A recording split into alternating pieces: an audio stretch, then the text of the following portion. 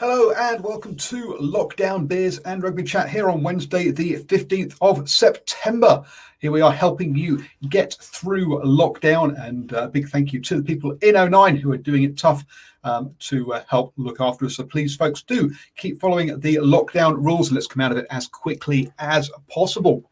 And on the rugby news today, we've got Aaron Smith, we've got Duplessis Kirifi, some updates about the Wallabies and HIA return to play policy as well. Obviously, as this is Lockdown Beers as well as Rugby Chat, we've got to talk about our beers. I'm on the Boundary Road Boundary Road Brewery.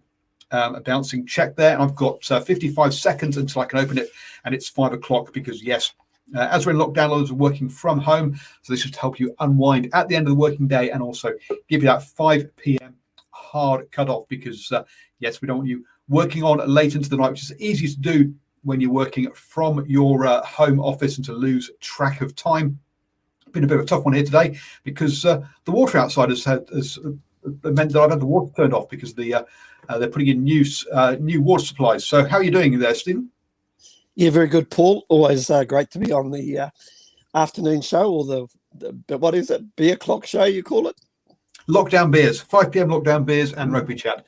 And talking of that, we have 10 seconds until I open up my beer, and it's dead on 5 o'clock. But as I say, yeah, I had to do without water today, so that was a bit of a surprise. But these things happen. And 9. There we go. That's 5 o'clock on the dot, folks. So hopefully turn off those computers, log off from those work accounts. Stephen's on the old water because he is an athlete. His body is a temple, whereas me, well, yes, I'm much more the propping up the bar and help keep the rugby club's coffers turning over, rather than necessarily being a playing member of the old rugby club. Unlike Stephen, who, certain Iceman used to ruck down in similar games. A few years ago, obviously. Yeah, just probably a byproduct of hanging around with guys like Sir Michael Jones. They're all pretty religious, so never ever a good look if you're hanging out with those guys and swagging away on a beer, if you know what I mean, Paul. But I've got to be honest, I don't mind indulging every now and again. Yes, absolutely. It has to be wine instead, blood of Christ, and all that kind of stuff. No, sorry, go down this route. Looking at, sorry, I was about to say better to give than receive. Yes, very true, very true. So looking at the rugby news from the last 24 hours, and I think that's one of the things I've learned over the last 2 weeks while we've been doing this, or last couple of weeks, is that there's about half an hour's worth of rugby news every day, which is quite impressive. Aaron Smith has announced that he's not going to be at the heading over to Australia for the World Championship, but I think we already knew that one because he had to fly out basically on Tuesday, which was yesterday, to make it in time, which is what Richard Mo'unga did. Well, I assume so. That was the plan anyway, and obviously Whitelock didn't. But apparently Aaron Smith's child, sorry, I don't know if it's daughter or son, is due in November, and which is obviously why he has stayed back, and the old MIQ slots is why he couldn't sort of head over for the first bit of the tour, and I think that's really been the issue here, isn't it? It's not around. Because one of the things that we saw in our live chat was both there's been discussions apparently by New Zealand Rugby in their kind of general forums when they get together about senior players missing tours, but I think it's more of an MIQ thing rather than a long-term thing, right, Stephen? Yeah, listen, I think it's spells good news for not only New Zealand Rugby, but I think obviously Manawa too, who probably didn't think at the start of the season they were going to actually see him running around in a green and white or Turbo's jersey. Is just going to be absolutely wrapped about them. Of course, New Zealand Rugby, if we want Aaron Smith around for the next Rugby World Cup at 32 years old, and he's going to be 33 on the 21st of November, so he gets to spend his birthday at home. So it'll be a real dual celebration, hopefully, for Aaron Smith with the birth of a new child, and also his birthday as well. But I think it's all about his longevity as well. We know what a consummate athlete that Smith is, and what he puts his body through to do what he does on the rugby field. So just basically to keep him around for another 2 seasons or so, I think this is a great idea. Yeah, absolutely. I see Ken Q trying to join us in the live chat. You can join us via the link that I put out on Twitter every day. Unfortunately, Ken, your picture's not coming through, so it looks like the connection isn't good enough for me to add you on. But maybe try again, and let's see if you can get on that one. Arun there, being a train spotter, asking Aaron whether it was the which game it was that he's watching there, because he's apparently watching a All Blacks versus Australia game at Athletic Park at the moment, a rerun, obviously an old game there with that one. Look, I think it's great to see that these players are getting time off paternity leave and being there for their partners. I think it shows how society and also rugby is moving. So that's kind of cool. And I think, look, with international travel, you can do this, and obviously not at the moment, but normally you can do this and be back on tour within a couple of weeks. So all good. As Aaron says, a really good opportunity for for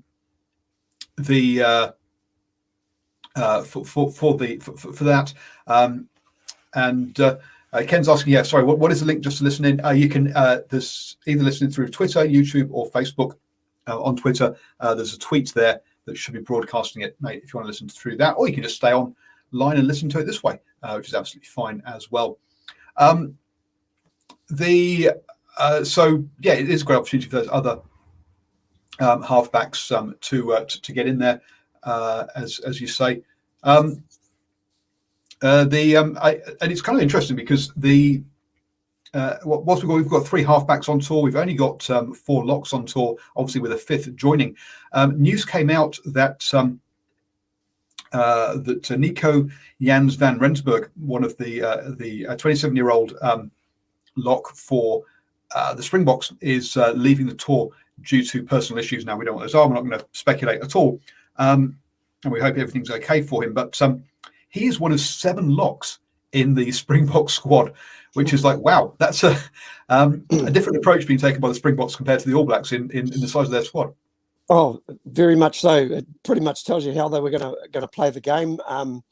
Obviously, the fact that he is going home for personal reasons leaves them with 6 locks, so they've still got plenty of cover. There were a couple of their locks hobbling. Luke Delaga went down a couple of times and he was hobbling. I noticed Etzebeth was also had a bit of was a little bit ginger as well. Now, whether that was just the attrition from what was a pretty physical sort of game against the Wallabies, hard to know, but they probably wouldn't want to sort of lose any of their real key locks, and I'm talking about Delaga and Etzebeth. Of course, hard to back up, but it primarily tells you where they're going to be playing the game. Yeah, it's quite a few in there. I mean, to be fair, Mostart has been playing, is listed as a lock, has been playing as a Lucy as well. So there is an element of that involved. Also, RG Stamen, or Simon, sorry, hasn't been seen on the pitch yet. I don't know if he's back fitness. So, but it's still a big squad that they're carrying, and a lot of rugby they're playing, obviously, just like all of these teams. So I say, wish him all the best.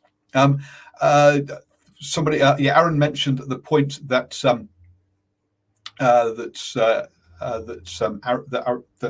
Aaron Ranchard made the point that Aaron Smith might join up for the northern part of the tour. Yes, but with his baby due during November, I can't see that really happening. I think it's absolutely fine that he misses the tour altogether. As Carlin says on Facebook, good for him to recharge, etc. And I think also good with Fakatava down at the Highlanders that we mentioned this before, that taking some of the game time off Aaron Smith will elongate his career, which would be great. I think it's a great move by Rugby New Zealand as a whole. Yeah. To please Kirifi, then obviously the naughty boy during lockdown. where him and his partner, the netball player, hosted a party and went to a party when they shouldn't have done. Now look, in Wellington now, thankfully, nothing. There was no bad repercussions from that, from a COVID point of view, and etc. So thankfully, it all happened all okay in the end. But yeah, he's been stood down as captain for this weekend for the Wellington NPC team. My personal opinion, I think I'd have stood him down. I'd have relieved him of captaincy for the rest of the season. To be honest, keep him obviously in the leadership team. I'm not saying stand him down for many games, but I think I would have removed his. I'd have given the captaincy duties to someone else for them to sort of let him concentrate on the rugby. But yeah, what your thoughts on Kirifi? Yeah, Paul, just for our overseas listeners at the moment, we've got a couple of 2 or 3 really big high-profile curfew cases at the moment, and there seems to be different levels of treatment on different levels. Maybe the case, the more high-profile you are, the more you tend to get away with a little bit more. And based on that alone, I actually think a message should have been sent to Duplessis Kirifi that, mate, this is not acceptable. You're losing the captaincy. And guess what? I think a 2 or 3 game stand down wouldn't have been such a bad thing to send a clear message that it's not acceptable, because it just kind of feels like a slap on the hand with a wet bus ticket. I know I'll have LB probably posting in a moment. There goes those New Zealand rugby players again. But on this occasion, I'd probably agree with him if he came off the long run. So I think there's a difference between what he did and what the other people have done. So he stayed in Wellington, went to a couple of parties in Wellington. What we've seen recently is 2 sets of people who have left Auckland and travelled from one COVID level to another COVID level. One of them one down to Wanaka and one up to Northland. And as you say, I think the real problem here is as you say, is the way that different people from different communities are being treated, the appearance that they're being treated differently. In Kirifi's case, I think he was treated the same way as everyone else was that situation, because he just went to a party near his house. He didn't travel across the country. So from that point of view, I think he was treated the same way as the rest of the population from a legal point of view. I don't think he got away with anything from that point of view. But I also understand your point about them, about setting public examples to people. Now, to be fair, he has come out and said he was selfish, and I can't remember what the other term he said, probably juvenile or something like those sort of lines. And basically, yes, the way he was wrong. So look, there was complete. He hasn't blamed anybody else or said, "Oh, because of my mental health, I had to get out."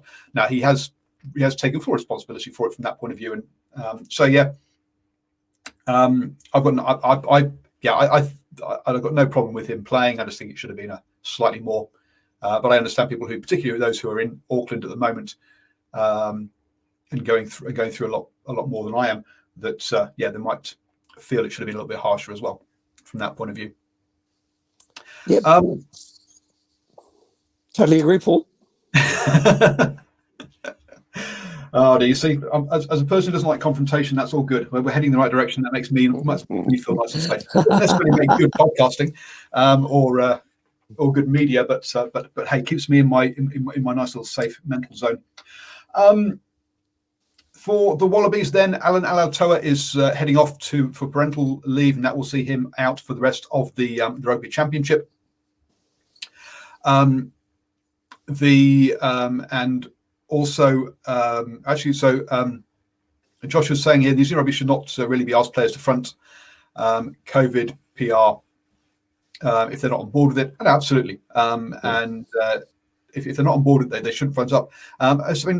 Something that's happened, for example, with KFC sponsorship of Super Rugby is that you'll notice that all of the publicity around KFC with players doesn't involve food. It involves the bucket that you put the food in and basically doing some art and crafts with it, because some of the players didn't feel comfortable basically being seen or eating food they wouldn't eat themselves, because it's not healthy for an athlete to do so on a regular basis. So hence Yeah, no, I totally agree with you. And I say with that when it's around sponsorship, and also, I mean, if you remember back to Sonny Bill Williams and BNZ on his collar, he wasn't forced to have that. He could change. They changed that to Plunkett because, again, his personal beliefs on that one. So yes, no, you shouldn't be forced to front up something that you don't believe in. Absolutely. Blair, I can see you trying to join the chat. If you can get yourself in shot, then we'll bring you on for a chat. If you've clicked on this just to listen, then feel free just to hang around as it is and just listen as well. Paul, I was about to say with Ala Latoa, obviously heading away on maternity leave, that also opens up an opportunity for Taniela Tupou to start the test this weekend. Obviously, we've seen him come off the bench. Probably hasn't offered the impact that I actually thought he would last weekend. Okay, there were a couple of good carries here and there, but we know what he's capable of when he's on. So it'll be good to see him get a start. Hi there, Blair. If you want to take yourself off mute, you can join in, or if you're just wanting to listen, then just I can take your picture off and you can just hang around as well. How you doing, sir? Yeah, good. No, just saw you on Twitter. I thought just log in and see what you guys are chatting about. So just listening at the moment. Okay, that's all cool. So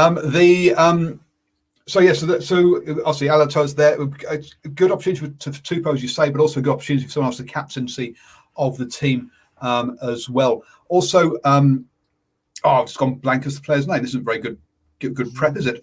Sean Mcmahon is also joining from who's been playing in Japan. So it'll be interesting to see whether he comes straight back into the team or whether he takes some time to come back into the team. Obviously, he's been playing in Japan, just like Kirifi, Kirifi, making that point there, and also Quade Cooper. So he'll be. So it's interesting to see how he returns into the fold.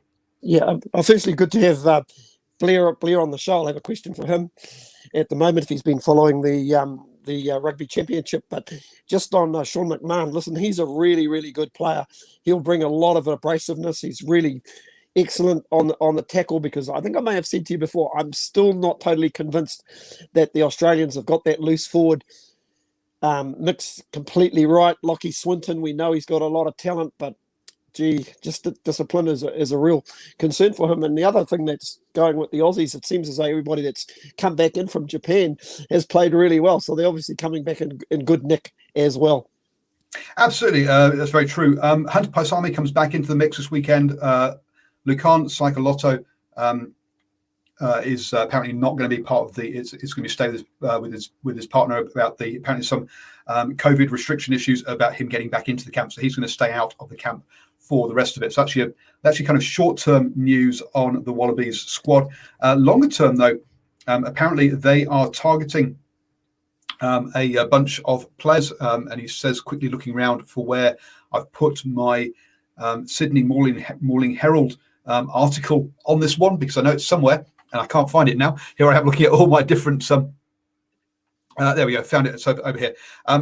There are 6 overseas players that the Wallabies are targeting. I guess it's ones that we have talked about, which is obviously Kirifi and McMahon, we've already talked about, but Tulu Latu, Rory Arnold, Will Skelton, and obviously Koroibete is heading overseas, so he'll become an overseas player.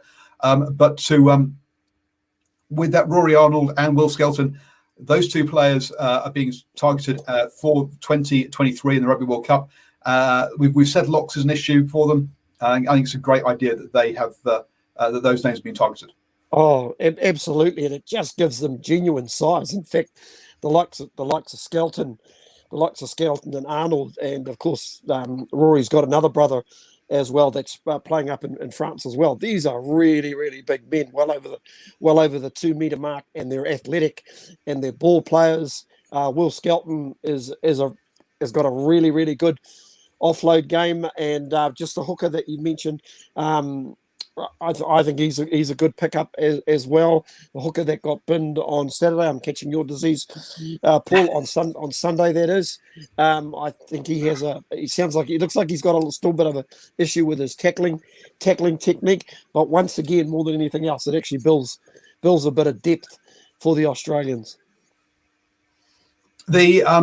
Yeah, it builds depth. It brings back some play. Rory Arnold was fantastic in his role disruption before he headed overseas, and Will Skelton has been said, as has been said in the live chat, his game has come on leaps and bounds since he moved over to first to Saracens and then across to France as well. So two great pickups for them if they can get them in.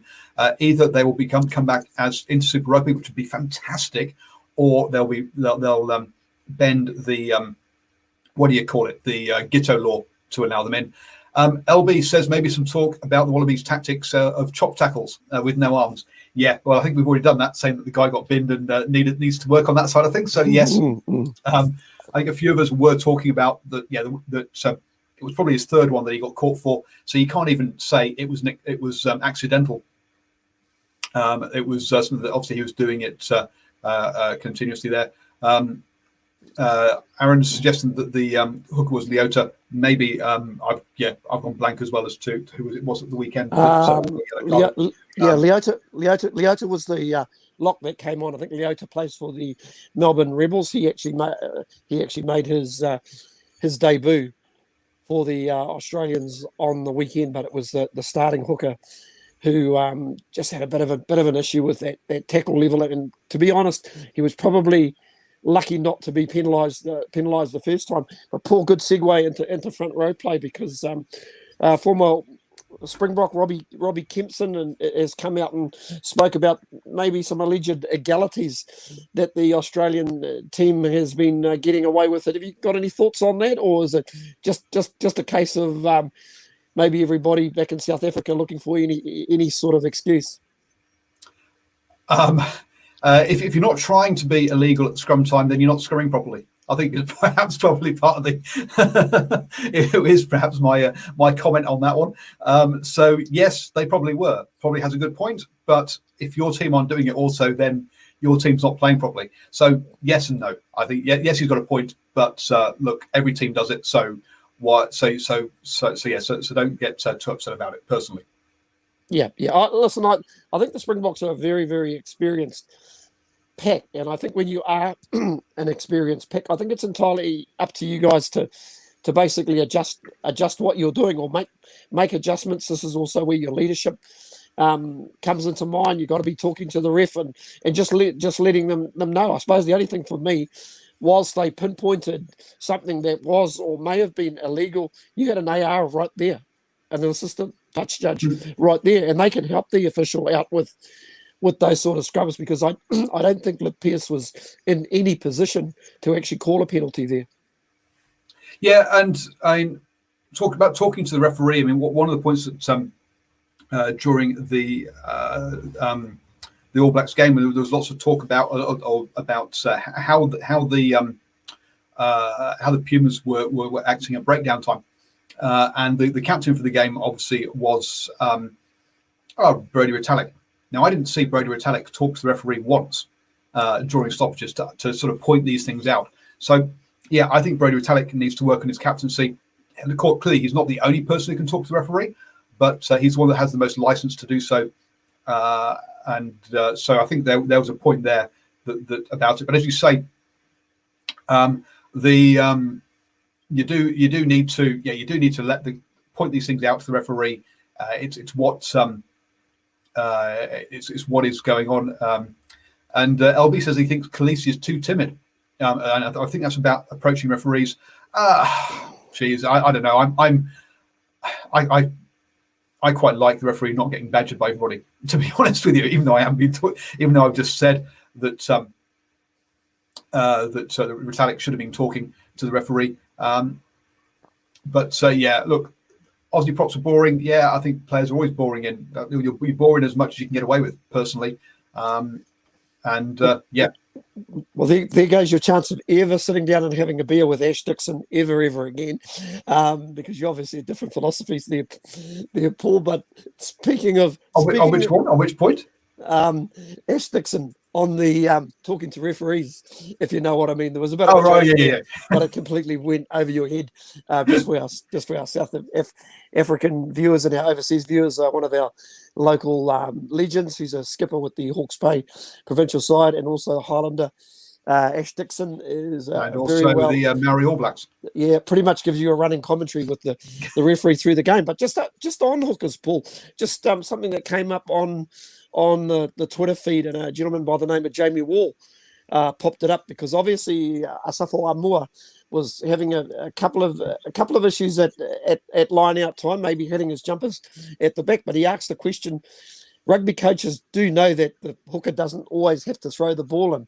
Now, I responded to that on my Twitter handle at Stephen73_H, and I pretty much said, well, if that's the case, these guys are professionals, and that's what hookers actually train for. It's part of their role. But more importantly, if you decide to use somebody else in your actual lineout, I think you basically start compromising an area. Listen, if you're going to use one of your props, all of a sudden you're actually losing you're losing a lifter. If you're losing one of the loose forwards, they might be actually one of the jumpers.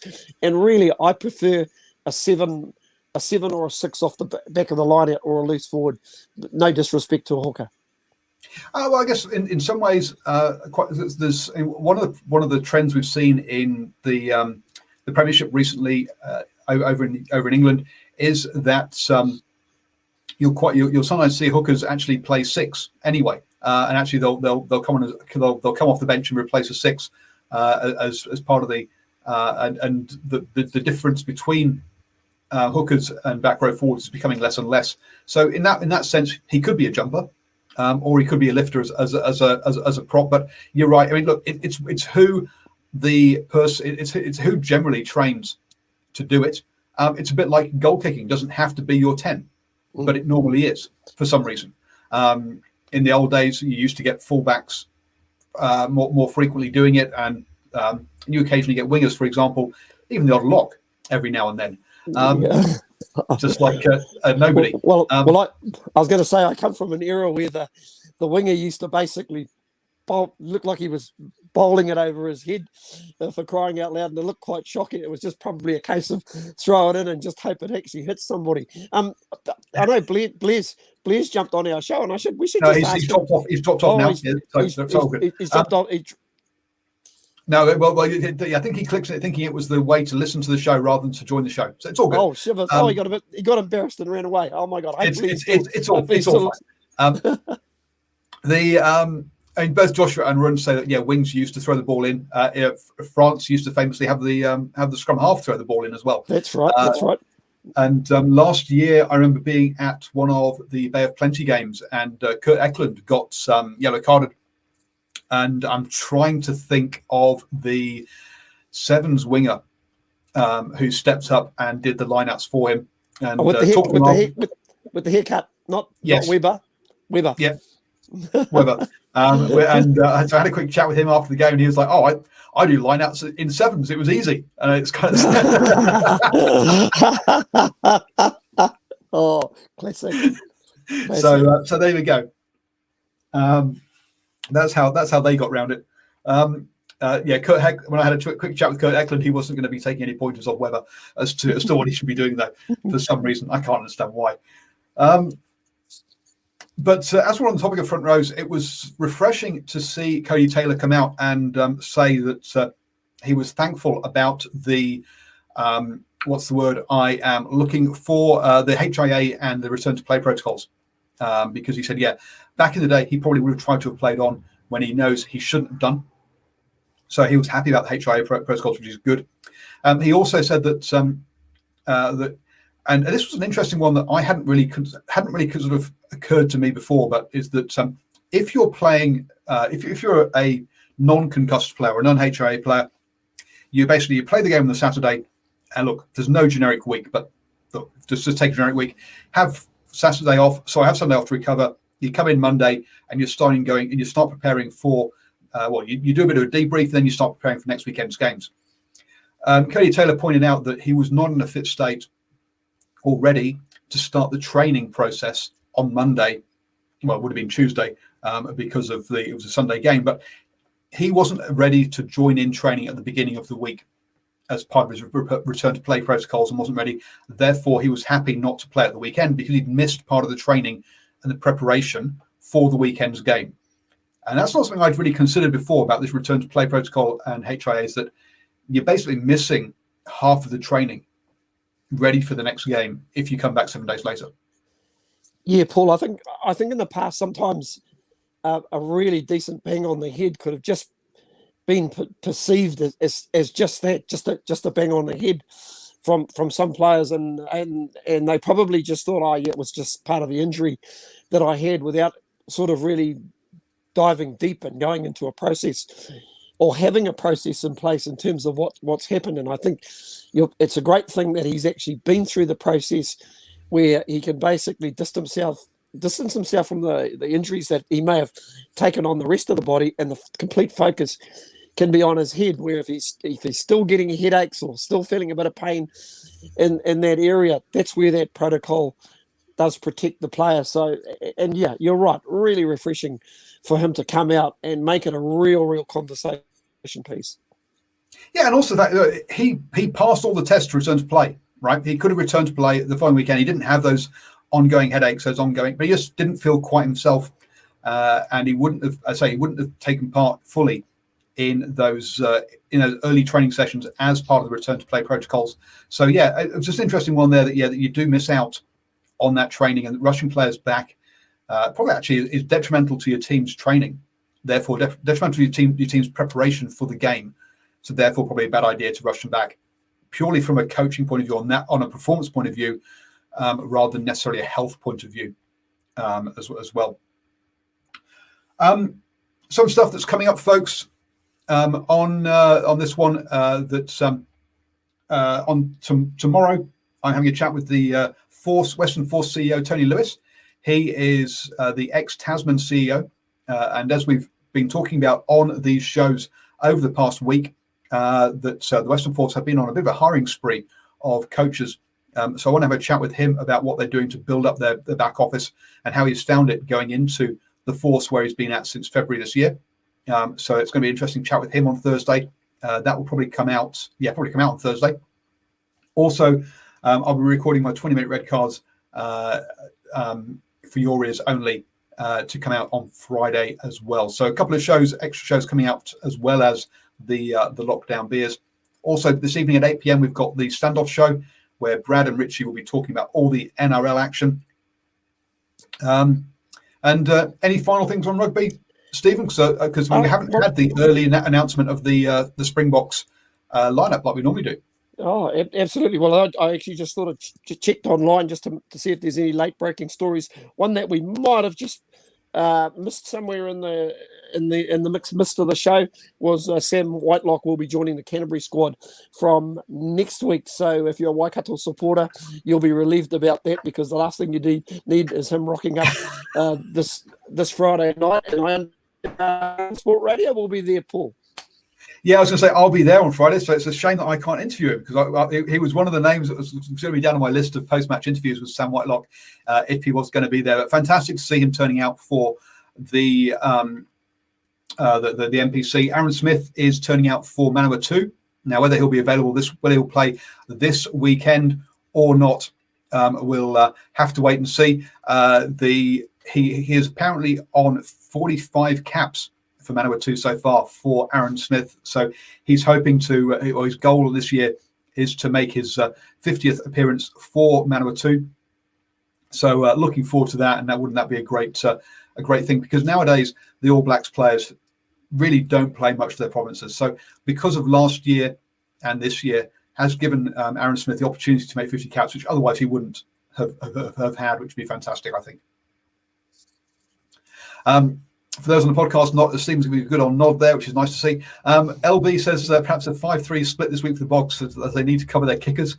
LB is from South Africa, so look, that's friendly fire there. But I was going to say, LB, here's my prediction. I think they'll put Mornay Stain. You know what? I'd still start with Pollard. I still think he's got a little bit more in his game, but I reckon they'll put Mornay Stain on the bench, maybe to close the game out. Well, we'll see, and we'll cover that hopefully tomorrow on the Thursday lockdown beers, along with hopefully we'll also have the Wallabies, All Blacks, and Pumas squads as well, which means that half an hour is going to be a bit of a rush to try and get through all of that next tomorrow. But we'll see what we can do, folks.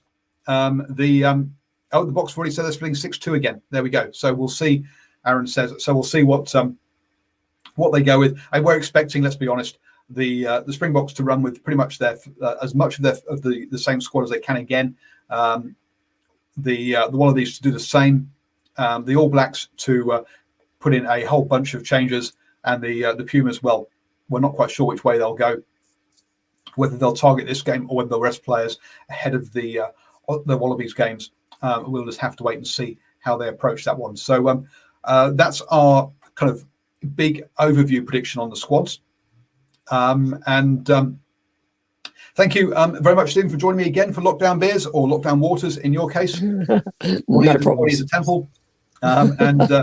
Folks, if you would like to become a supporter of NZ Sport Radio, then please head over to patreon.com/NZ Sport Radio so that we can help us buy the tech and also pay for my petrol to get to all these games to cover for you. Because, unfortunately, it doesn't happen for free. And we do it for the love of it, not for the money, I'll be honest. But we could do with some help on that front. So thank you, everybody. Thank you, Ken Q, who dropped in to the actual show, but his connection wasn't good enough. So hopefully he's enjoyed listening. And thank you to everyone who's joined us in the live chat as well. Don't forget, you can also listen to this as a podcast. The recordings are on your favourite podcatchers. Just search for New Zealand Sports Radio.